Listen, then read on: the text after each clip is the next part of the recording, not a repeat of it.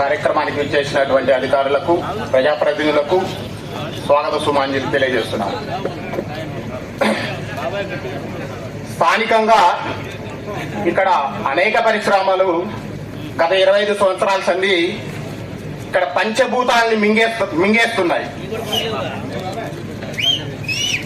పరిశ్రమ స్థాపించేటప్పుడు నీటి మీద రాతల వలె మేము అది ఇస్తాం, ఇది ఇస్తాం, స్థానికులకే ఉద్యోగ అవకాశాలు కల్పిస్తామని కళ్ళబొల్లి కబుర్లు చెప్పడం అనేది జరుగుతుంది.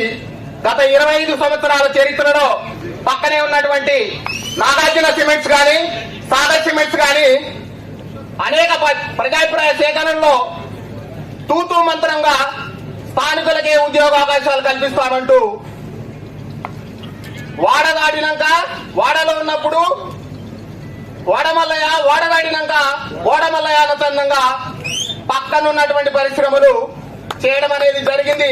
యథార్థమైనటువంటి విషయం అనేటటువంటిది ఇక్కడ ఉన్నటువంటి ప్రతి ఒక్క నాయకుడికి, ప్రతి ఒక్క ప్రజాప్రతినిధికి తెలుసు.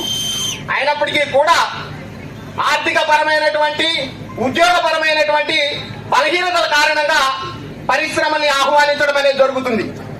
ముఖ్యంగా పారిశ్రామికీకరణను కోరుకుంటూనే మనిషి జీవన మనుగడకు కారణభూతమైనటువంటి ఆక్సిజన్ అనేటటువంటి ప్రాణవాయువుని మేము పణంగా పెట్టి పరిశ్రమకు అందించడం అనేది జరుగుతుంది.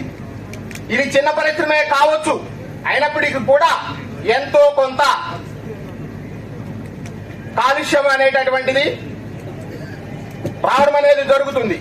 ఇప్పుడు చెప్పిన విధంగానే, ఇప్పుడు చెప్పిన అందంగానే స్థానికులకే ఉద్యోగ అవకాశాలు కల్పిస్తూ ఇక్కడ మౌలిక వసతులు కల్పిస్తామని చెప్పడం జరుగుతుంది ప్రజాప్రయ సేకరణలో.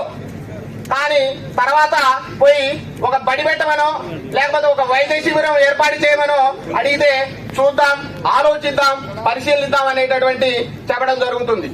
కాబట్టి ఎన్జిఎస్ వారికి ప్రత్యేకంగా విన్నవించేది ఏంటంటే, ఈ పరిసర ప్రాంతాల్లో ఉండేటటువంటి పరిశ్రమల మాదిరిగానే కాకుండా ప్రత్యేకంగా స్థానిక ప్రజల్ని, మరి మీ అభివృద్ధితో పాటుగా స్థానిక ప్రజల అభివృద్ధిని కూడా కాంక్షిస్తూ మీ అభివృద్ధిలో మొత్తం 100% భాగస్వామ్యం కానివ్వకుండా కొద్దిమేర మీరు పెరిగినంతగా కాకపోయినా కానీ వీళ్ళు బతికేంత వరకైనా మీ లాభాల్లో ఉంచుతారని కోరుకుంటూ సెలవు తీసుకుంటున్నాను. Thank you. సుల్తాన్పురం తండం మంగమ్మ. నేను అయితే ఏటికాడ మేము అప్పుడు ఉన్నప్పుడు చాలా బాధపడ్డాము, చాలా కష్టపడ్డాము. అక్కడ ఉన్న పొలాలు మొత్తం మాకు పోయినాయి. పోయిన తర్వాత ఇక్కడ వచ్చి కూడా కొన్ని పొలాలు తీసుకొని పట్టాలు చేపించాలంటే పట్టాలు కాదని, 540 పొలాలు పట్టాలు రావని, పట్టా ఇవ్వకుండా నాకు ఒకసారి అయితే ఇట్లే చేసి బాధ పెట్టి చేస్తుంటే నేను అదే కూడా సరే, నా భర్త లేదు, భర్త చనిపోయి అలా 30 సంవత్సరాలు, చిన్నపిల్లలు 4 పిల్లలవి కూడా వాళ్ళు కూడా చిన్న వాళ్ళు వీళ్ళు వాళ్ళకి మాట్లాడదామంటే వాళ్ళు ఏదో ఒకటి పొలాలు తీసుకుంటున్నాం కదా, మన పొలాలు ఉన్నాయి కదా అని ధైర్యాల మీద మేము బతుకుతున్నాం. కొన్ని మేకలు గొడ్లు ఉన్నాయి కాబట్టి అక్కడ బతికినాం. ఇక్కడ తీసుకొచ్చి చేసినాం కాబట్టి ఇంకా ఆ నుంచి అక్కడ సంతకాలు చేయమంటే సంతకాలు చేయమని చెప్పారు. కానీ సంతకాలు చేయని అంటే ఒకదాని ఉంటావు ఇక్కడ అని చెప్పినా కూడా వాళ్ళు వచ్చి అప్పుడు కలెక్టర్ గారు కూడా వచ్చారు. అప్పుడు మా ఊరు అదివరకు సుల్తాన్పురంలో. అయితే ఇక్కడ ఎవరు ఉండలేరమ్మా, మీరు ఇంకా అక్కడ నేను వస్తే మీరు ఏమైనా పోయినా కూడా మీకు బాధ్యత కూడా లేరు, ఇక్కడ ఎవరైనా చేసేవాళ్ళు లేరు, మీరు ఎవరు ఉండేది కాదు, అక్కడ మళ్ళీ మంచి స్థలాలు ఇస్తారు కదా అంటే సరే సంతకాలు చేసినాం. ఇక్కడ వచ్చినాం, ఉన్న పొలాలు కూడా కొద్దిగా చేసుకుంటున్నాం.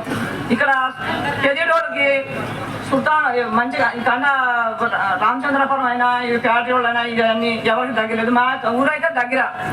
మాకు రేపు ఏ సమస్యలు వచ్చినా, ఏ బాధ వచ్చినా కానీ ఎవరు చెప్పుకోవాలని కూడా మాకు బాధ లేదు, చెప్పుకోవడానికి కూడా ఇది లేదు. కాబట్టి ఇప్పుడు మేము ఈ ఫ్యాక్టరీ పడుతుంటే మాకు చాలా బాధని, ఇబ్బందులు వస్తాయని మాట్లాడుతున్నాం. థ్యాంక్ యూ అమ్మా. అన్నపూర్ణ గారు. పబ్లిక్ హియరింగ్లో కనీసం చిన్న ప్రజలకు, కార్యకర్తలకు, జర్నలిస్టులకు, పోలీసులకు లంచ్ ఏర్పాట్లు కూడా సక్రమంగా చేయని కంపెనీ. ఇలా ఉంటే పరిస్థితి